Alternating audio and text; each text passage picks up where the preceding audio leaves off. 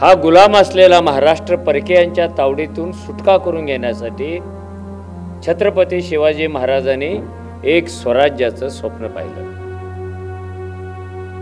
ना ताब्यात सैन्य आहे, ना संपत्ती आहे, ना साधनं आहेत शत्रूच्या विरुद्ध लढण्याची। त्याही परिस्थितीत एक तर्नाबांड पोरगा माझं राष्ट्र असावं, माझं स्वराज्य असावं अशा भूमिकेतून मावळातल्या फाटक्या तुटक्या लोकांना एकत्र करतो आणि जिजाऊच्या मदतीने स्वराज्याचं तोरण उभा करतो आणि उर्वरित देशाला एक संदेश देतो, यस आपण लढलो तर आपल्या स्वराज्याचे मालक होऊ शकतो।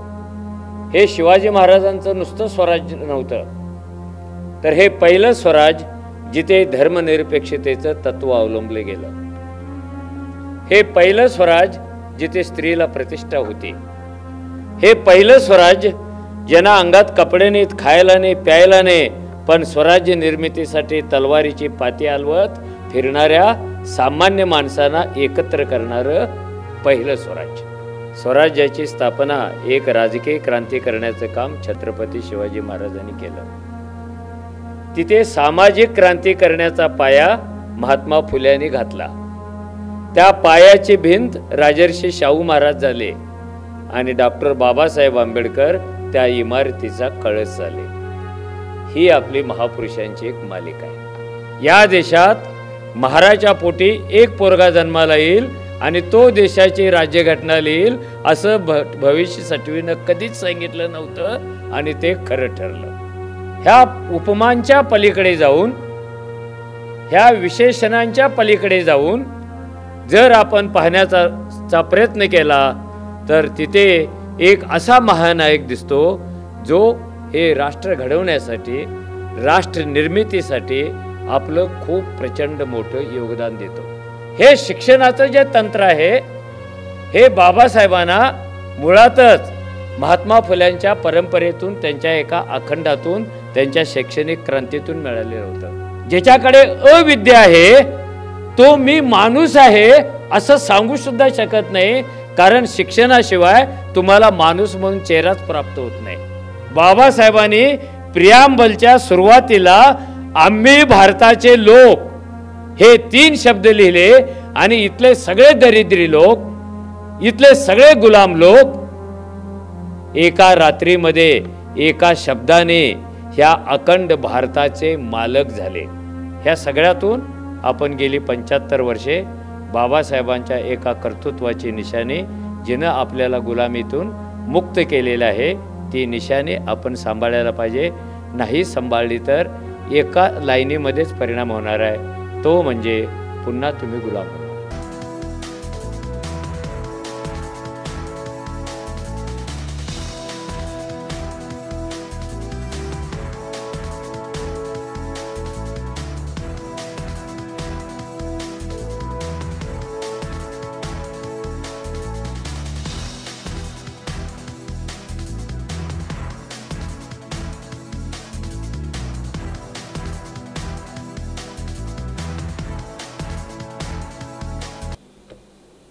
सुरू करायचं की नाही करायचं?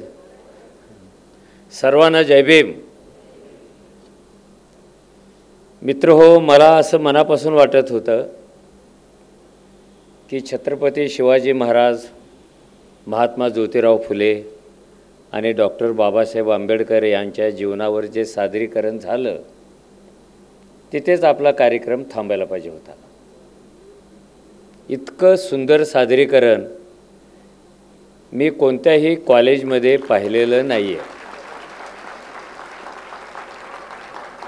आणि मेडिकल कॉलेजमध्ये तर अजिबात नाही।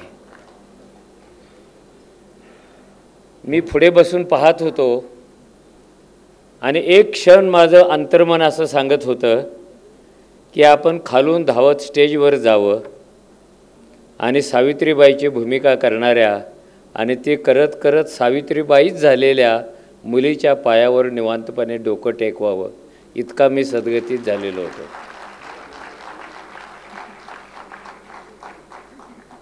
खूप मला आनंद वाटला, कारण हे महापुरुष अभिनयात पकडणं, छोट्याशा स्क्रिप्टमध्ये पकडणं, छोट्याशा हालचालीमध्ये पकडणं ही अवघड गोष्ट असते. ती इथल्या भावी डॉक्टरांनी केलेली आहे. आणि हे भावी डॉक्टर आज विद्यार्थी दशेमध्ये जे महापुरुष समजावून घेण्याचा, त्यांना सादर करण्याचा, त्यांच्यातला माणूस समजून घेण्याचा प्रयत्न करत आहेत. स्वाभाविकच ते उद्याचे सर्वात चांगले डॉक्टर होणार आहेत. मी त्यांना तशा शुभेच्छा देतो. ते डॉक्टर होईपर्यंत मी जगलो, वाचलो आणि त्यांच्या टेबलावर गेलो तर मला पण त्यांनी तेवढ्याच प्रेमाने पाहावं ज्या प्रेमाने त्यांनी सादरीकरण केलं. मी मेश्राम साहेबांना धन्यवाद देतो, कारण त्यांच्यामुळे मी आज आपल्यासमोर उभा आहे. त्यांनी मला बोलवलं नसतं तर आज आपली सर्वांची भेट पण झाली नसते. त्यामुळं त्यांना पुन्हा पुन्हा धन्यवाद, त्यांचे आभार. मी नाशिकवरून आलेलो आहे आणि इथून माझा एक कार्यक्रम 5 वाजता MSCBच्या प्रांगणात होणार आहे. तोपर्यंत मी आपल्यासमोर आहे. मित्रहो, तुम्ही जे सादरीकरण केलं ते छत्रपती शिवाजी महाराजांच्या परंपरेपासून चालू होतं आणि बाबासाहेबांच्या परंपरेत थांबतं. याचा अर्थ काय? हा गुलाम असलेला महाराष्ट्र परकीयांच्या तावडीतून सुटका करून घेण्यासाठी छत्रपती शिवाजी महाराजांनी एक स्वराज्याचं स्वप्न पाहिलं. ना ताब्यात सैन्य आहे, ना संपत्ती आहे, ना साधनं आहेत शत्रूच्या विरुद्ध लढण्याची. त्याही परिस्थितीत एक तर्नाबांड पोरगा माझं राष्ट्र असावं, माझं स्वराज्य असावं अशा भूमिकेतून मावळातल्या फाटक्या तुटक्या लोकांना एकत्र करतो आणि जिजाऊच्या मदतीने स्वराज्याचं तोरण उभा करतो आणि उर्वरित देशाला एक संदेश देतो, येस, आपण लढलो तर आपल्या स्वराज्याचे मालक होऊ शकतो. हा एक मेसेज छत्रपती शिवाजी महाराजांच्या चरित्रातून आपल्याला मिळतो. हे शिवाजी महाराजांचं नुसतं स्वराज्य नव्हतं, तर हे पहिलं स्वराज जिथे धर्मनिरपेक्षतेचं तत्त्व अवलंबले गेलं. हे पहिलं स्वराज जिथे स्त्रीला प्रतिष्ठा होती. हे पहिलं स्वराज ज्यांना अंगात कपडे नाहीत, खायला नाही, प्यायला नाही, पण स्वराज्य निर्मितीसाठी तलवारीची पाती हलवत फिरणाऱ्या सामान्य माणसांना एकत्र करणारं पहिलं स्वराज्य. महात्मा फुल्यांनी छत्रपती शिवाजी महाराजांची समाधी शोधून काढली रायगड किल्ल्यावर. हे कनेक्शन कसं चालू होते बघा. तोपर्यंत ती कुणी शोधली नव्हती. ती समाधी शोधून काढल्यानंतर मग तिथे पूजा अर्चा चालू झाली, तिथे स्वच्छता झाली, तिथे अजून काहीतरी विचार केला. डॉक्टर बाबासाहेब आंबेडकरांनी 1927ला महाडचा सत्याग्रह केल्यानंतर ते रायगड किल्ल्यावर आपल्या कार्यकर्त्यांना घेऊन किल्ला पाहायला निघाले. एवढा मोठा तो किल्ला चढायचा होता, रायगड चढायचा होता. आणि तो गड चढताना आपल्याला दम लागू नये, आपल्याला त्रास होऊ नये, आपल्याला स्फूर्ती मिळावी, ऊर्जा मिळावी म्हणून बाबासाहेब आणि त्यांचे कार्यकर्ते घोषणा देत होते. आणि ती घोषणा होती, जय शिवाजी, जय भवानी. बाकी कोणतीही घोषणा त्यांनी दिलेली नाही आहे. हे संबंध कसे जातात? त्यामध्ये एक अजून स्टेशन आहे, ते आहे राजर्षी शाहू महाराजांचं. म्हणून मी लोकांना नेहमी सांगतो, स्वराज्याची स्थापना एक राजकीय क्रांती करण्याचं काम छत्रपती शिवाजी महाराजांनी केलं. तिथे सामाजिक क्रांती करण्याचा पाया महात्मा फुल्यांनी घातला. त्या पायाची भिंत राजर्षी शाहू महाराज झाले आणि डॉक्टर बाबासाहेब आंबेडकर त्या इमारतीचा कळस झाले. ही आपली महापुरुषांची एक मालिका आहे. महापुरुष कसे तयार होतात? महापुरुष का जन्माला येतात? कोणत्या परिस्थितीत जन्माला येतात? हे सगळे विषय अभ्यासाचे आहेत. मी तुमचा जास्त वेळ घेणार नाही, मला जेवढा उपलब्ध वेळ आहे तेवढ्या वेळेतच मी तुमच्याशी संवाद साधून जाणार आहे. महापुरुषांचा जन्म होणं म्हणजे काय असतं, काय घडतं या देशात, या पृथ्वीच्या पाठीवर महापुरुष जन्माला आल्यामुळं, आणि तो जन्माला येत नसतो तेव्हा काय घडत असतं. आपल्याला माहिती आहे, हा आपला देश वर्षानुवर्षे दैववादावर चालत होता. तो आज संपलायचं समजायचं काही कारण नाही. दैववाद ह्याचा अर्थ काय, इथे जन्माला आलेल्या प्रत्येकाचं कुणीतरी जन्मापूर्वीच भविष्य लिहितं, आणि ते भविष्य जसं लिहिलं जातं तसं माणूस तयार होतो. हे भविष्य लिहिणारी एक स्वतंत्र देवता होती आपल्याकडे. तिचं नाव सर्वांना माहीत आहे, तिचं नाव सटवी. इथे जन्माला आलेल्या प्रत्येकाचं ती भविष्य लिहिते, आणि गंमत म्हणजे तिनं लिहिलेलं भविष्य कधीच खोटं होत नाही. ती काय लिहिते भविष्य आणि काय लिहित आले. ती भविष्य लिहायची की या देशामध्ये उच्च वर्गीयाच्या पोटी उच्च वर्गीयच माणूस जन्माला येणार, आणि खरं ठरायचं राव, शूद्राच्या पोटी शूद्र जन्माला येणार, राजाच्या पोटी राजा जन्माला येणार, हमालाच्या पोटी हमाल जन्माला येणार. शेकडो वर्षे तिचं भविष्य खरं ठरत होतं, पण एकाच गोष्टीचं तिला भविष्य सांगता आलं नाही. या देशात महाराच्या पोटी एक पोरगा जन्माला येईल आणि तो देशाची राज्यघटना लिहिल असं भविष्य सटवीनं कधीच सांगितलं नव्हतं, आणि ते खरं ठरलं. याचा अर्थ काय, बाबासाहेबांचा जन्म म्हणजे या देशातल्या अंधार युगाचा अंत आहे. बाबासाहेबांचा जन्म म्हणजे उजेडाचा जन्म आणि थोतांड परंपरांचा अंत आहे. बाबासाहेबांचा जन्म म्हणजे समाज बदलण्यासाठी, राष्ट्र निर्मितीसाठी सुरू झालेल्या एका क्रांती पर्वाचा प्रारंभ आहे. आपण नेहमी बाबासाहेबांना म्हणतो, त्याने घटनेचे शिल्पकार म्हणतो, त्यांना दलितांचे नेते म्हणतो, अस्पृश्यांचे नेते म्हणतो, पण ह्या उपमा काही इतक्या अचूक नाही आहेत. ह्या उपमांच्या पलीकडे जाऊन, ह्या विशेषणांच्या पलीकडे जाऊन जर आपण पाहण्याचा प्रयत्न केला तर तिथे एक असा महानायक दिसतो जो हे राष्ट्र घडवण्यासाठी, राष्ट्र निर्मितीसाठी आपलं खूप प्रचंड मोठं योगदान देतो.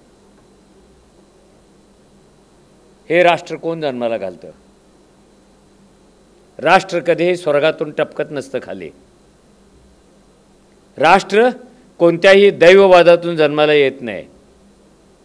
राष्ट्र कोणत्याही पुढाऱ्याच्या मनात जन्माला येत नाही.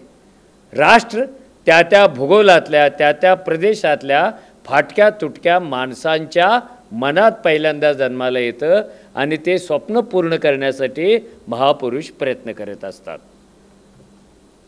आपलं एक राष्ट्र असायला पाहिजे असं का वाटत होतं इथल्या देशातल्या लोकांना?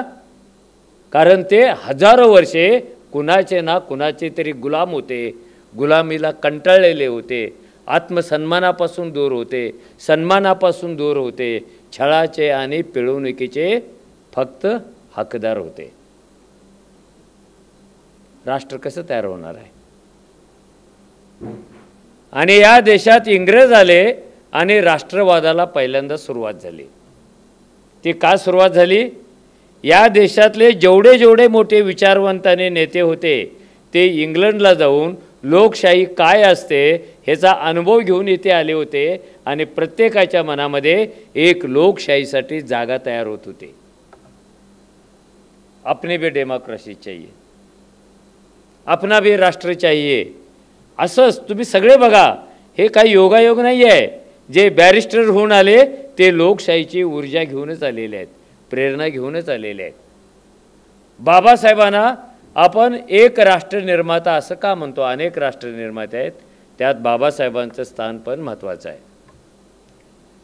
तयार झालेलं राष्ट्र टिकण्यासाठी, ते अधिक चांगलं होण्यासाठी 3-4 गोष्टींची आवश्यकता असते, त्या गोष्टी महत्त्वाच्या असतात. राष्ट्र एका भूगोलात तयार होतं, ते काय आकाशात नाही तयार होतं, भूगोल लागतो राष्ट्राला. तो भूगोल आपल्याकडे होता. त्या भूगोलातलं राष्ट्र विकसित व्हायचं असेल, ते समृद्ध व्हायचं असेल, ते सुखी व्हायचं असेल, तर पहिल्यांदा त्या भूगोलातली शेती पिकवणारी जी जमीन असते तिथून विचाराला सुरुवात करावी लागते. कारण आपला भारत देशच शेतीप्रधान आहे. इथे 70% रोजगार अजूनही शेतीतून तयार होतात. इथे सगळ्यात जास्त उत्पन्न शेतीतून तयार होतं. पण त्या काळात शेती डबघाईला आलेली होती. ती फुल्यांच्या काळात पण डबघाईला आली होती, ती मोगलांच्या काळात पण डबघाईला आलेली होती.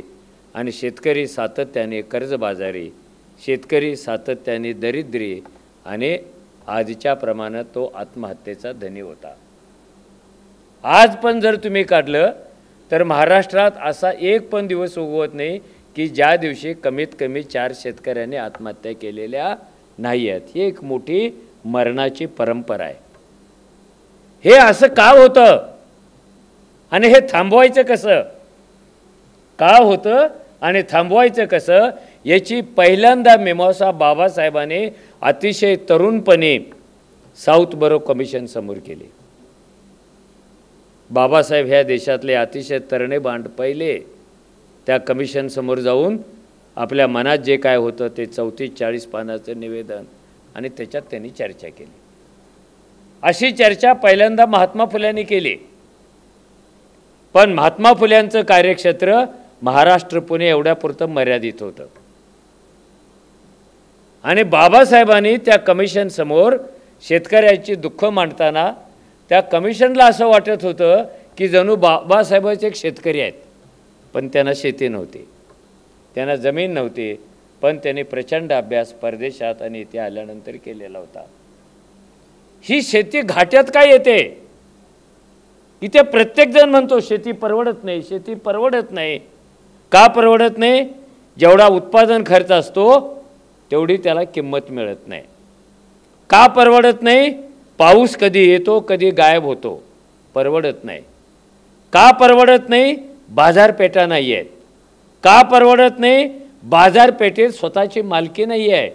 तुम्ही व्यापाऱ्याच्या मनावर अवलंबून आहात, तो रेट ठरवेल आणि तुम्ही माल विकाल. ह्याच्यातून बाहेर कसं पडायचं? बाबासाहेब म्हणाले आपल्याकडे शेती प्रचंड आहे पण उत्पन्न कमी आहे. ब्राझील, चीन, रशियानंतर सगळ्यात जास्त शेती आपल्याकडे आहे. पण उत्पन्न काय येत नाही? उत्पन्न येत नाही कारण ह्या सगळ्या शेतीचे तुकडे तुकडे झालेले आहेत. भारत हा एकमेव देश आहे, हे बाबासाहेबांनी सिद्ध करून दाखवलं कमिशनला, की एका रत्नागिरी जिल्ह्यात जमिनीचे तुकडे किती आहेत, रायगड जिल्ह्यात किती आहेत, पश्चिम महाराष्ट्रात किती आहेत, आणि रात्रंदिवस इथे फक्त जमिनीचे तुकडे पडत असतात. ह्याचा तुकडा पोराच्या नावावर, पोराच्या नातवाच्या नावावर, भावाभावांच्या नावावर, बहिणी बहिणींच्या नावावर. आणि जो समाज तुकड्यामध्ये शेती करतो त्याची शेती कधीच विकास पावत नाही, कारण तुकड्यात प्रयोग करता येत नाही. तुकड्यात आधुनिक अवजारं वापरता येत नाही, ट्रॅक्टर घुसवता येत नाही, नांगर घुसवता येत नाही, बैलगाडी घुसवता येत नाही. जोपर्यंत तुकडे बंद होऊन एक संध शेतीमध्ये शेतकरी शेती करणार नाही तोपर्यंत हे दारिद्र्य आणि उत्पादन काही कमी होण्याचं हे थांबणार नाही. त्याने एक मार्ग सांगितला. बाबासाहेब हे पहिले असे कृषी विचारवंत होते. ते म्हणाले तुमच्या 7-12वर तुम्ही तुकडे लावून घ्या, पण शेती करताना सगळ्या तुकड्यांचं एकत्रीकरण करा. आपल्या आपल्या हिश्श्याप्रमाणे उत्पादन वाटून घ्या. असं जर झालं तर त्या शेतीमध्ये प्रचंड प्रमाणात प्रयोग करता येतात. दुसरी एक गोष्ट की शेती आपल्या अजूनही पारंपरिक पद्धतीनेच जाते. आपल्या देशातले सगळे देव आणि सगळ्या अंधश्रद्धा शेतकऱ्याच्या बांधावर जन्माला येतात. महात्मा फुल्यांचं तृतीय रत्न वाचा, शेतकऱ्याचा आसूड वाचा, की ह्याला व्यवस्थेने किती अंधारात ठेवलेला आहे. तो रोज कमीत कमी 2 सण कर्ज काढून साजरा करत असतो. मोजता येत नाही त्याचे एवढे देव त्याच्याकडे आहेत. आधुनिकतेला तो पाठ फिरवतो. तो स्वीकारत नाही आधुनिकता. आणि बाबासाहेब म्हणाले जगातली सगळी शेती आधुनिक झालेली आहे, त्यांचं उत्पन्न वाढलेलं आहे, त्यांच्या बाजारपेठा बदललेल्या आहेत, ते हेलिकॉप्टरने फवारणी करतात आणि आपला शेतकरी बैलाने, ज्याच्याकडे एक बैल कमी असतो तो आपली बायको आई नांगराला जुंपतो, मदर इंडियासारखं तयार होतं. अरे बैलाच्या जागी बाई जुंपून तुम्ही शेती कशी करणार? आपण सिनेमा बघताना खूप व्याकुळ होतो मदर इंडिया बघताना, पण आपल्या लक्षात येत नाही अशी शेती देशाचा विकास कसा करणार, शेतकऱ्याचा तरी विकास करणार. आपण नेहमी विज्ञानाला विरोध करत आलो. महात्मा फुल्याने इंग्रजांशी भांडून पुण्यातल्या नदीवर धरण बांधून घेतलं, धरणात पाणी साचलं आणि 6 महिने झाले तर शेतकरी पाणीच उचले ना. फुले म्हणजे तात्या म्हणतात त्यांना, ते शेतकऱ्यांच्या मळ्यात फिरायला लागले, भाऊ पाणी का उचलत नाही. त्यांना इथले व्यवस्थेने सांगितलं होतं, जो शेतकरी साचलेल्या पाण्यात शेती करेल, साचलेलं म्हणजे धरणातलं, जो शेतकरी साचलेल्या पाण्यात शेती करेल त्याचं पीक कुजेल आणि जो वरून पडणाऱ्या पाण्यात शेती करेल त्याचं पीक फुलेल. काय शेतकऱ्याचं चाललंय आपल्या. इथल्या शेतकऱ्यांनी लोखंडी नांगर वापरायला सुरुवात केली, ती खूप अलीकडे किर्लोस्करांच्या काळात औंध संस्थानामध्ये. हे चालले कसं पहा, काळ कुठे चाललेला आहे आणि शेतकरी कुठे आहे. तो लाकडाचे नांगर घालायचा जमिनीमध्ये, जमीन कठीण, ती भुसभुशीत व्हायची नाही आणि ती भुसभुशीत होत नाही म्हणून पीक यायचं नाही. बाबासाहेब सगळे त्या कमिशन समोर सांगत होते. किर्लोस्करांनी नांगर तयार केले पहिले 5 नमुन्यासाठी, 1.5 महिना झाला पण एक पण नांगर विकला नाही.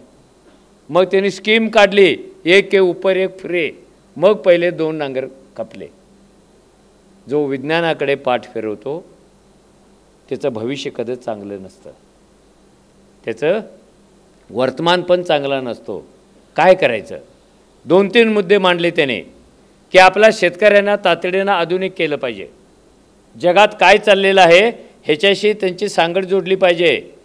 आणि त्यावेळेला शाहू महाराज कोल्हापूरमध्ये परदेशात शेती कशी होते हे पाहण्यासाठी आपल्या संस्थांमधल्या शेतकऱ्यांची शिष्टमंडळ पाठवत होते.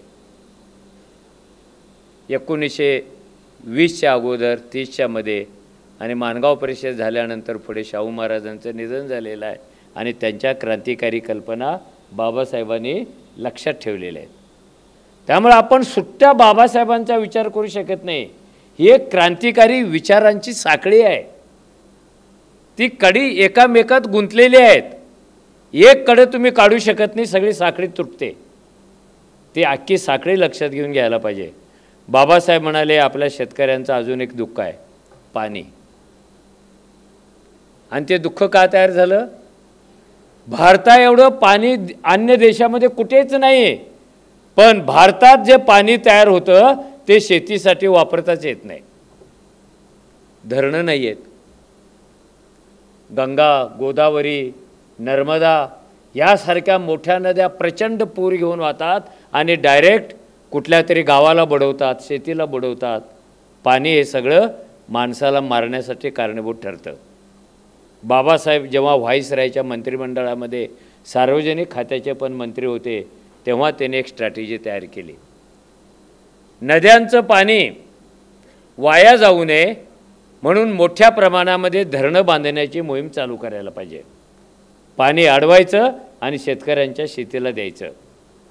नद्यांच्या महापुरामध्ये गावं बुडू नयेत, माणसं मरू नयेत म्हणून ते पाणी डायरेक्ट समुद्रात कसं जाईल याचा विचार. अरे कल्पना करा, एक कायद्याचा अभ्यासक आहे, तत्त्वज्ञानाचा अभ्यासक आहे, नाही का, तर्कशास्त्राचा अभ्यासक आहे, राज्यशास्त्राचा अभ्यासक आहे आणि शेतीवर इतकी खोल विचारसरणी आहे. कारण त्यांच्या डोक्यात होतं इथली शेती सुधारल्याशिवाय भारत नावाचं राष्ट्र उभाच राहू शकत नाही. कसं काय उभा राहील. नुसती धरणं बांधायची नाही आहेत, तर मल्टीपर्पज धरणं बांधायची आहेत. त्या धरणात पाणी पण साचलं पाहिजे आणि प्रत्येक धरणातून वीज निर्माण केली पाहिजे. हे जे धरणातलं पाणी चारीतून वाहत नागपूरवरून कुठे गडचिरोलीला न्यायचं असेल तर मोठ्या चाऱ्या असतात आणि त्यातलं पाणी बाष्पीभवन होऊन उडून जातं.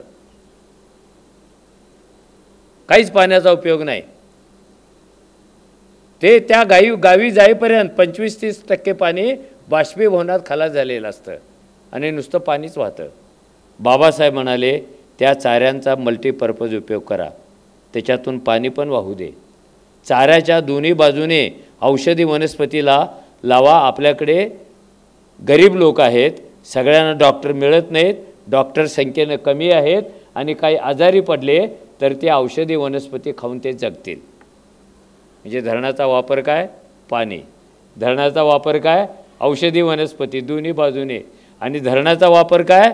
जगातली सगळ्यात स्वस्त वाहतूक कुठली आहे तर ती वॉटर ट्रान्सपोर्ट आज पण. कारण त्याच्यामध्ये रोज रोज काही गुंतवावं लागत नाही. माणूस होडीत बसला, चारीतून दुसऱ्या गावात गेला. एस टीला जर 40 रुपये असतील तर पाण्यातल्या वाहतुकीला 40 पैशामध्ये माणूस एका ठिकाणाहून दुसऱ्या ठिकाणाहून जाऊ शकतो. तुम्ही सातत्याने हे भाषण ऐकताना एकच विचार करा, काय माणसाची क्षमता आहे. अरे हे आपल्या पण स्वप्नात नाही आलं, हे तेव्हा पण कोणाच्या स्वप्नात नाही आलं. आणि प्रचंड प्रमाणात वीज निर्माण करा. इतकी वीज की देशातल्या सगळ्या शेतकऱ्यांना ती मोफत वापरता आली पाहिजे. वीज वापरायची सवय लावा. वीज असली की पाण्याची मोटार, वीज असली की त्याच्यावर ट्रॅक्टर चालवा, वीज असेल तर लाईट लावा, रात्री काम करा. शेती वजा वीज उत्तर 0 मिळतं आणि शेती अधिक वीज उत्तर भरभराट असं मिळतं. अरे ही कल्पना काय? जो शेतकरी फुकटात जास्तीत जास्त वीज वापरेल त्याला बक्षीस द्यायचं आहे. कारण इतकी वीज जन्माला घालण्याची क्षमता आपल्याकडे आहे, पण ते आपण वापरत नव्हतो. त्यानंतर वीज तयार करणाऱ्या विकत देणाऱ्या संस्थांच्यावर तुम्ही टॅक्स बसवू नका. आता महाराष्ट्र सरकार वीज तयार करतं, पण त्याच्यावर कर कोण घेतं? बाबासाहेब म्हणाले हे गैर आहे, त्याच्यामुळे विजेची किंमत वाढते. कर वाढत जाईल तसे युनिट वाढतं आणि आपण तो कर अजून बंद केलेला नाही आहे. हे जे शेतीचे विचार होते ते बाबासाहेबांच्या नंतर गेल्या 70 वर्षामध्ये आपण अंमलात आणण्याचा कधी प्रयत्नच नाही केला. आपले रोग एक आहे आणि पट्टी दुसरीकडे बांधतो आहोत आपण. अजूनही त्याच पद्धतीने आपण चालले. वीज निर्माण करत नाही आपण आणि आहे ती वीज महागड्या दरात देतो, आहे ती वीज सबसिडीमध्ये देतो, आहे त्या विजेचं बिल माफ करतो आणि एस टीच्या पृष्ठभागावर बोर्ड लावतो, विजेची बचत म्हणजे विजेची निर्मिती. साला काय डोकं चाललं यांचं. सेविंग केल्यानंतर प्रोडक्शन कसं होईल बरं? कसं होईल? माझ्या खिशात 2 रुपये आहेत, मी ते खर्चच केले नाहीत, मी ते जपून ठेवले, त्याचे काय 4 रुपये होतात का? पण आपलं सरकार 25 वर्षापासून विजेची बचत म्हणजे विजेची निर्मिती, त्याच्याऐवजी बाबासाहेबांचा सिद्धांत ऐकला असता तर खूप बरे झालं असतं. पाटबंधारे खात्याचा कार्यभाग त्यांच्याकडे होता आणि शेवटचं त्याने असं केलं की ह्या नद्यांच्या मधलं जे पाणी वाया जातं वर्षानुवर्षे आणि काही नद्या अशा आहेत त्यांच्यामध्ये पाणी साचत नाही. नद्या जोड प्रकल्प ही जगातली पहिली विलक्षण कल्पना फक्त आणि फक्त डॉक्टर बाबासाहेबांनी मांडली होती, म्हणून ते राष्ट्राचे निर्माते. त्यांच्या निधनानंतर आपण 50-60 वर्षांनी ती कल्पना केंद्र सरकारने बोलायला सुरुवात केली आणि जणू काय त्यांच्याच डोक्यातून ते आलेलं आहे अशा पद्धतीने ते सांगायला सुरुवात केली.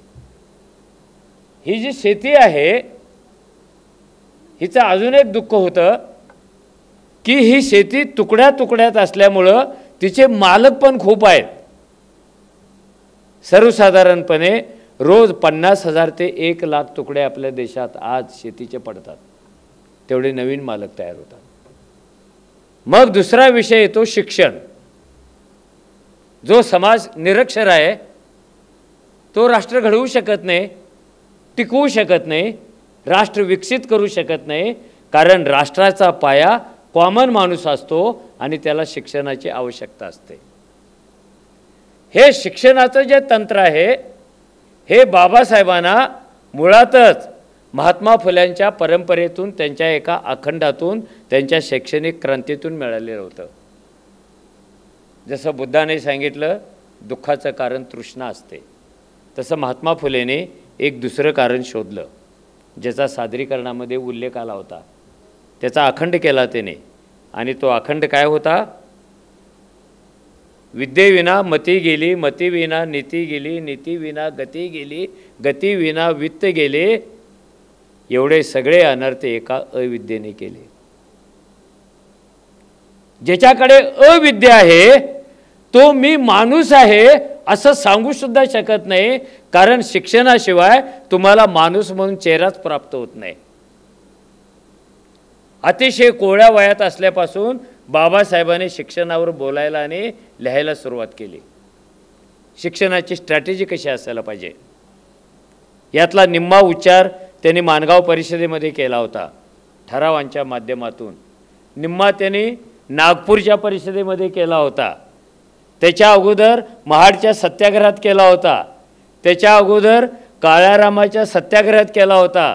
आणि ते सांगत होते की आपल्या दुःखाचं मूळ काय आहे? अविद्या आहे, निरक्षरता आहे. त्यामुळे ते सातत्याने म्हणत होते की शिक्षण सर्वांना मोफत पाहिजे आणि ते सक्तीचं पाहिजे. हा प्रयोग कोल्हापूरच्या संस्थानामध्ये यशस्वी झाला होता. शाहू महाराज हे पहिले त्यांनी शिक्षण कंपल्सरी केलं आणि ते मोडणाऱ्या पालकांच्या विरुद्ध कारवाई चालू केली. जर मी माझ्या मुलाला मुख्याध्यापकाची परवानगी न घेता 4 दिवस घरात ठेवलं तर पोलीस बापाला पकडणार आणि तुरुंगात टाकणार. त्याने कंपल्शन मोडलं. फुल्याने दारिद्र्यात असलेल्या पोरांना त्यावेळेला फेलोशिप दिली, त्यावेळेला कपडे दिले, त्यावेळेला खिचडी दिली. आणि मुलींच्या साठी तर त्यांच्या कल्पना इतक्या भन्नाट होत्या, मी तिकडे जात नाही, कारण तुम्हाला माहिती आहे सावित्रीबाईने मुलींची पहिली शाळा चालू केली. बाबासाहेब म्हणत होते शूद्र अतिशूद्रांची गरिबांची मुलं शिकायला पाहिजेत. शिकत का नाहीत? पहिल्यांदा त्यांच्यासाठी शाळा नाही. शाळा का नाही आहे? कारण इंग्रजांनी ज्या काही शाळांना अनुदान दिलं होतं त्या मोजक्या होत्या, त्या प्रायव्हेट होत्या, विशिष्ट वर्गाच्या होत्या. आणि ह्यांची जी शिक्षणाची चळवळ चालू झाली ती नागपूरच्या अधिवेशनापासून. ती चळवळ त्यांनी महिलांच्यामध्ये पहिल्यांदा रुजवली, कारण महिलेला कळलं तर ती लेकरांना शाळेत पाठवतं. आणि त्यांनी सांगितलं फुल्यांचं तत्त्व, एक पुरुष शिकला एकटा शिकतो आणि एक बाई शिकली तर अख्खी फॅमिली शिकते. ह्या पोरांना स्कॉलरशिप कशा मिळतील? तुम्हाला आठवत असेल ते जेव्हा बॅरिस्टर होऊन आले तेव्हा त्याचं वाटायला लागलं जर मी बॅरिस्टर होऊ शकतो तर माझ्या समाजातले अजून पोरं काय बॅरिस्टर नाही होणार. त्यांनी इंग्रजांशी पत्रव्यवहार केला, मागणी केली आणि एक 5 पोरांची टीम आपल्यानंतर बॅरिस्टर व्हावी म्हणून त्यांनी लंडनला पाठवली. हे कोण करतं? ज्याला राष्ट्र निर्मितीची ध्यास लागलेली असते तोच माणूस करतो. हे एकटेच बॅरिस्टर झाले होते का? अजून पण बॅरिस्टर झालेले होते ना. त्यांनी केलं नाही, यांनी काय केलं? 5 बॅरिस्टर झाले. आणि बाबासाहेबांच्या नंतरचा दुसरा बॅरिस्टर शांताराम माने, कोल्हापूर जवळचा. आणि माझं भाग्य असं की मी त्यांना 3 वर्षे त्यांच्या सहवासात होतो. ह्या प्रोत्साहन कसे द्यायचं आहे?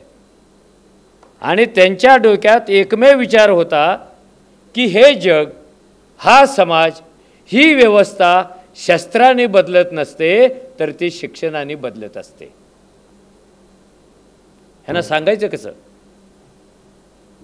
त्यामुळं त्यांनी हॉस्टेलची मालिका चालू केली. नाशिकला हॉस्टेल, सोलापूरमध्ये हॉस्टेल. आणि ते गावोगाव लोकांना सांगायचे एक वेळ तुम्ही देवळं बांधू नका पण ते पैसे आपल्या मुलांच्या हॉस्टेलवर खर्च करा. आणि फुल्यांनी काय सांगितलं होतं? थोडे दिन तरी मध्यवर्ज करा, तोची पैसा भरा ग्रंथावरी. ही सातत्याने एक चेन लक्षात ठेवायला पाहिजे. ही काय चेन आहे? नुसतं शाळा सुरू करून चालत नाही, तिथे कोणत्या प्रकारचं शिक्षण द्यायचं याच्याविषयी बाबासाहेब खूप आग्रही होते. नुसतं साक्षर करून काय उपयोग आहे? पोपट पण साक्षर होतो ना. 10 रुपयाचा पोपट आणला, 2 रुपयाचा पेरू दिला, तर 11व्या दिवशी तो विठ्ठू विठ्ठू म्हणायला लागतो, तो साक्षर होतो. आपल्याला साक्षरता घडवायची नाही आहे, ती तरी घडवायचीच आहे, पण ज्ञानी समाज घडवायचा आहे. आणि ज्ञानी समाज घडवायचा असेल तर त्याला काय शिकवलं पाहिजे? त्याला भाकडकथा शिकवून नाही चालणार. त्याला समाज शिकवला पाहिजे, त्याला विषमता शिकवली पाहिजे कुठून येते, त्याला तंत्रज्ञान शिकवलं पाहिजे, त्याला विज्ञानाकडे नेलं पाहिजे, त्याच्या मनात राष्ट्राविषयीचं प्रेम तयार केलं पाहिजे, त्याला राष्ट्राच्या लढ्यामध्ये गुंतवलं पाहिजे. असं शिक्षण त्यांना पाहिजे होतं. त्यांनी एका कार्यक्रमात सांगितलं मुंबईमधल्या, की आपल्या विद्यार्थ्यांना कोणतं शिक्षण द्यावं हे आता कोण ठरवतं? विद्यार्थी नाही ठरवत. कोणत्या विद्यार्थ्यांनी ठरवले हात वर करा. मी तर नव्हतं ठरवलं, कारण मला कोणी विचारलंच नव्हतं तुला कोणती कविता पाहिजे आणि कोणता लेसन पाहिजे आणि कोणतं गणित पाहिजे. आपली व्यवस्था, जो विद्यार्थी शिक्षण व्यवस्थेचा केंद्रबिंदू आहे त्याला विश्वासात न घेता त्याच्यासाठीचा सिलेबस त्याला गृहीत धरून करत असते. बाबासाहेबांनी विरोध केला त्याला. हे ज्यांच्यासाठी आहे त्यांच्यासाठी तुम्ही बोलायला लागा, कारण ते नवे जग आहेत विद्यार्थी, आणि त्यांच्यासाठी शिक्षण तयार करणारं जग हे नेहमी जुनं असतं. विद्यार्थी नवं जग असतो आणि शिक्षक जुनं जग असतो. अनेकदा त्यांनी कार्लाईलचं उदाहरण देऊन सांगितलं होतं. कार्लाईल हा त्यांचा अतिशय आवडता विचारवंत. तो म्हणाला, जन्माला येणारे प्रत्येक नवीन पिढी एक राष्ट्र असतं, आणि ते राष्ट्र आपल्याला कोणती राज्यघटना पाहिजे आणि आपल्याला कुठे जायचं आहे हे नवीन राष्ट्र ठरवत असतं. जुन्या राष्ट्राने, जुन्या पिढीने आपल्या कल्पना प्रवासाला निघालेल्या नव्या पिढीच्या गळ्यात आणि पायात कधी अडकवू नये, कारण त्याचा प्रवास बंद होईल. शिक्षण तो कोणत्या परिस्थितीत जगणार आहे, त्याची स्वप्न काय आहेत, तो कुठे जाणार आहे, याचा विचार व्यवस्थेने केला पाहिजे, असं बाबासाहेबांचा आग्रह होता. आणि शिक्षकांच्या बाबतीत सुद्धा ते तसाच आग्रह करायचे. आदर्श शिक्षक कोणता, त्यांच्या काही कल्पना होत्या. ते स्वतः शिकवायला जायचे, ते प्राचार्य होते, एक चांगले प्राध्यापक म्हणून ते प्रसिद्ध होते, आणि त्यांच्या एवढं दीर्घ कोणी शिकवायचं नाही. विद्यार्थ्यांना कळेपर्यंत, ते हो म्हणेपर्यंत, ते नीट ऐकेपर्यंत ह्यांचा पिरियड चालूच असायचा. तो काय असा 30 मिनिटावर 35 मिनिटावर कधी चालला नाही. ते स्वतःच्या मुलांना पण असं शिकवायचे आणि कॉलेजमधल्या विद्यार्थ्यांना पण असं शिकवायचे. छोटे छोटे प्रयोग होते. मुंबई विद्यापीठ पैसे नाहीत म्हणून अनेक कॉलेजचा पगारच देत नव्हते. म्हणून बाबासाहेबांनी भूमिका अशी मांडली की एका कॉलेजमध्ये इंग्रजीचे 5 विद्यार्थी आहेत आणि त्यांना शिकवणारे 3 प्राध्यापक आहेत. दुसऱ्या कॉलेजमध्ये इंग्रजीचे 25 विद्यार्थी आहेत आणि त्यांना शिकवण्यासाठी एकच प्राध्यापक आहे. काय एक्सचेंज करत नाही? किती पैसे वाचतील? त्या पैशातून नवीन डिपार्टमेंट का चालू नाही करत? अरे इतका खोल खोल खोल उडी मारून शिक्षणाचा विचार करणारे फुल्यांच्या नंतर पहिले बाबासाहेबच होते. सिलेबस कसा पाहिजे, टीचिंग मेथडॉलॉजी कशी पाहिजे, गणितात काय घेतलं पाहिजे, इतिहास कोणाचा शिकवला पाहिजे, संस्कृती कोणती शिकवलं पाहिजे, आणि ह्या इथल्या माणसाला सातत्याने जगाशी जोडलं पाहिजे. कारण जगात लोकशाही होती, जगात समता होती, युरोपमध्ये बंधुता होती, आणि हे सगळे जे बाळकडू आहे हे शिक्षण जेवढं देईल तेवढा कोणताही कायदा दिला जात नाही. म्हणून आपण आपली प्रतिज्ञा लहानपणापासून वाचतोय पहिल्या वनाची. आम्ही सारे भारतीय लोक भाऊ भाऊ आहेत, बहीण बहीण आहेत. आता तर आपण प्रिॲम्बल टाकलं, we the people of India. अजून एक शिक्षणाच्या बाबतीमध्ये त्यांनी केलं, तेही मजूर मंत्री असताना. तुम्हाला देश तांत्रिकदृष्ट्या घडवायचा असेल तर तुम्ही नुसतंच आर्ट भाषा भाषा करत बसू नका. चंद्रावर जायची तयारी तेव्हा चालू होती 1942ला, आणि आपल्याकडे बैलगाडीने सुद्धा प्रवास होत नव्हता, इतकी गॅप होती. त्यावेळेला व्हाईसरायला बाबासाहेबांनी सांगितलं की जगातलं अत्याधुनिक तंत्रज्ञान माझ्या देशातल्या मुलांना मिळायला पाहिजे, म्हणून मी त्यांची टीम करून ट्रेनिंगसाठी इंग्लंडला पाठवणार आहे, तुम्ही त्यांच्या खर्चाचं बघा. तिकडे जे चाललेलं आहे ते इकडे कसं येईल अभ्यासक्रमामध्ये त्याचा विचार करा. कारण आपल्याकडे एक गव्हर्नर होता, त्याच्या शिक्षणाच्या विचारावर मी काही बोलत नाही कारण वाद होतात. तर तो इंग्लंडच्या राणीसमोर भाषण देताना असं म्हणाला होता, भारतातलं शिक्षण किती मागं आहे. त्यांनी एकाच वाक्यात सांगितलं की इंग्लंडमधला 4थीचा पोरगा ज्या इतिहासाचा अभ्यास करतो तोच इतिहास भारतामधला MA पोरगा अभ्यास करतो. जगात स्पर्धा कशी करणार आपण, जगाच्या पुढे कसं जाणार, जगात टिकून कसं राहणार. म्हणून बाबासाहेबांचा सातत्याने आग्रह केवळ इतिहासात अडकून पडायचं नाही आहे आणि इतिहास विसरायचा पण नाही आहे. इतिहास का विसरायचा नाही, कारण वर्तमान घडवता येत नाही. आणि इतिहासात अडकून का पडायचं नाही, तिथेच अडकून पडला तर भविष्यात चालता येत नाही. एका सम्यक दृष्टीने, बुद्धाच्या सम्यक दृष्टीने इतिहास आणि त्या गुहेतल्या अंधाराकडे पाहायला पाहिजे. आणि इतिहास कसा दिसतो, जशी आपली नजर असते तसा इतिहास दिसतो, कारण इतिहासाला डोळे नसतात. घटना घडून गेली की इतिहास आंधळा होतो. बाबासाहेबांचे अभ्यासाचे विषय जरी तुम्ही घेतले, हा एक माणूस एवढ्या विषयांचा अभ्यास कसा काय करतो. जर्मन भाषा आहे, तर्कशास्त्र आहे, तत्वज्ञान आहे, फ्रेंच लँग्वेज आहे, इकॉनॉमिक्स आहे, पॉलिटिक्स आहे, सोशलॉजी आहे, हिस्ट्री आहे. अरे कधीतरी विचार करा भाषण करताना की काय क्षमता असायला पाहिजे की एवढ्या सगळ्या विषयांचा अभ्यास करावं असं का वाटतं. आणि हाच प्रश्न सयाजीराव गायकवाडाने बाबासाहेबांना शिष्यवृत्ती देण्यापूर्वी जी मुलाखत घेतलेली होती त्या मुलाखतीत विचारला होता. चालले होते परदेशात की मिस्टर आंबेडकर तुम्ही जाऊन कोणते कोणते विषय घेणार. ते म्हणाले सर मी इकॉनॉमिक्स घेणार. एकदम डोक्याला हात लावला. सर मी लॉचा अभ्यास करणार. सर मी चलनाचा अभ्यास करणार. महाराज मी अमुख्याचा अभ्यास करणार. एक अस्पृश्य पोरगा परदेशामध्ये जाऊन इतके अवघड विषयांचा अभ्यास करतो असं का म्हणतोय, याचं सयाजीरावांना कोडं पडलं. आणि त्याने एक प्रश्न विचारला, अरे तू सोपे सोपे विषय घेऊन लवकर शिकून इकडे काय येत नाही, हे कुणासाठी करतोय तो आणि का करतोय. आणि शिक्षणाला एक कारण असतं, ही एक थेरी तेव्हा तयार झाली. हम पढ़ते क्यों, पढ़ते क्यों. आपण शिकतो का, कॉज ऑफ लर्निंग काय आहे आपलं, पढ़ने की वजह क्या है, हे मी म्हणणाऱ्याला सांगता येत नाही, मलाही पण सांगता आलेलं नाही आहे. जर हुशार पोरगा असेल तर तो काय म्हणेल, शिकल्यानंतर लवकर नोकरी मिळते, नोकरी मिळाली की गोऱ्या रंगाची बायको मिळते, फ्लॅट मिळतो, अल्शिशनचं कुत्रे घेता येतं, फ्लॅटवर राहता येतं. Is this cause of education,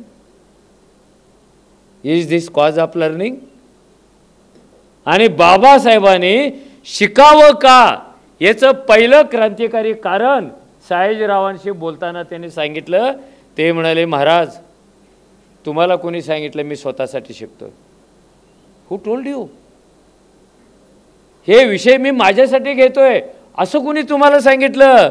Maharaj हे विषय जर मी घेतले नाहीत तर मला माझ्या समाजात आणि माझ्या देशामध्ये क्रांती करता येणार नाही. सामाजिक क्रांती करण्यासाठी मला हे विषय घेणं आवश्यक आहे. शिकायचं कशासाठी आहे, समाज क्रांती घडवायची आहे. म्हणून मी नेहमी विद्यार्थ्यांना सांगतो, इतकं सुंदर इतकं भारी शिक्षणाचं कारण तिसरा एक मुद्दा सांगणार आणि मी थांबणार. राष्ट्र रचण्यासाठी शिक्षण लागतं. शिक्षणाचा विचार कसा केला? राष्ट्राचा पाया आपल्या शेती आहे, इकॉनॉमिक्सचा पाया, ती भरभक्कम कशी करायची आहे? आणि राष्ट्र कशावर उभा राहतं? राष्ट्र संविधानावर उभा राहतं. संविधान कशावर उभा राहतं? माणसावर उभा राहतं. माणूस कशावर उभा राहतो? स्वातंत्र्य, समता, बंधुता, न्याय या मूल्यावर उभा राहतो. ही एक इंटरेस्टिंग अशी होते. आपण नेहमी सांगतो आणि बाबासाहेबांचे शत्रू पण काही म्हणतात की बाबासाहेबांनी काय दिलं? बाबासाहेबांनी या देशाला काही नाही दिलं असतं तरी चाललं असतं. फक्त एक संविधान दिलं असतं तरी आपल्या जीवनामध्ये क्रांती घडवणारं ते साधन ठरलं असतं. संविधान ही कायद्यांची गर्दी नाही आहे. संविधान ही परिशिष्टांची गर्दी नाही आहे. तर संविधान म्हणजे या देशाला मानसिक आणि भौतिक गुलामीतून मुक्त करण्याचा एक क्रांतिकारी ग्रंथ आहे. हे मुक्तीचं गाणं आहे. अजून काय मागता तुम्ही बाबासाहेबांच्याकडे? मागता काय तुम्ही बाबासाहेबांच्याकडे अजून? इथे 1949 पर्यंत 36, 30, 40 कोटी लोक होते. पण या लोकांच्या सातबारावर त्यांच्या मालकीचं काहीच नव्हतं. कुणी पण बोटवर करून सांगावं आमच्या मालकीचं हे होतं. त्यांच्या मालकीचं स्वातंत्र्य नव्हतं. त्यांच्या मालकीची समता नव्हती. त्यांना बंधुता नव्हती. त्यांना सन्मान नव्हता. त्यांना आत्मसन्मान नव्हता. त्यांना न्याय नव्हता. त्यांना सामाजिक न्याय नव्हता. आणि ही माझी जमीन आहे, हे माझं राष्ट्र आहे, ही सांगण्याची हिंमत पण नव्हती. कारण या माणसाचे तुकडे इथल्या 4000 जातींनी 4000 तुकड्यात केले होते. कुठे आहे माणूस? आणि त्याच्या सातबारावर काय आहे? बाबासाहेबांनी प्रियांबलच्या सुरुवातीला आम्ही भारताचे लोक हे 3 शब्द लिहिले. आणि इथले सगळे दरिद्री लोक, इथले सगळे गुलाम लोक एका रात्रीमध्ये एका शब्दाने ह्या अखंड भारताचे मालक झाले. अजून काय मागता बाबासाहेबांच्याकडे? अरे ज्याचा कोरा सातबारा, विषमतेने भरलेला सातबारा, पिळवणुकीने भरलेला सातबारा, तो देश यांच्या मालकीचा झाला. फुल्यांनी सांगितलं होतं देश कशाला म्हणतात? जिथे लोकच असतात, जिथे लोकांची सत्ता चालते, जिथे लोक सार्वभौम असतात. त्याने राष्ट्र हा शब्द वापरला नव्हता, लोकमय हा शब्द वापरला होता. हे राष्ट्र ज्याच्यावर उभा करायचं आहे ते खांदे कोणते आहेत? त्या खांद्याला जर 4000 जातींची कीड लागली असेल तर तो कोणतेही परकीय आक्रमण रोखू शकत नाही. ह्याला राष्ट्र करायचं आहे. आणि नुसतं राष्ट्र करायचं नाही, वेलफेअर स्टेट करायचं आहे. वेलफेअर म्हणजे काय? सगळ्यांचं कल्याण. आणि ज्यांचं कमी कल्याण झालं होतं त्यांचं जास्त कल्याण, ते वापरण्यासाठी सामाजिक न्यायाचं तत्त्व वापरायचं आहे. एकीकडे कायद्यासमोर सगळे समान आहेत, पण काही जण असमान पण आहेत. त्या असमानांना समान आणण्यासाठी समानतेचं तत्त्व बाजूला ठेवायचं आहे. सगळ्यांना शिक्षण मोफत, बाईला पण मोफत. पण बाईला शिक्षण देताना तिचं शिक्षणात हजारो वर्षे ती बाजूला होती. तिचे आईवडील परवानगी देत नाहीत, म्हणून तिच्या वडिलांना स्कॉलरशिप द्यायची आणि तिला शाळेला बोलवायचं. म्हणजे समानता आणण्यासाठी काय केलं? असमानतेचं तत्त्व वापरलं.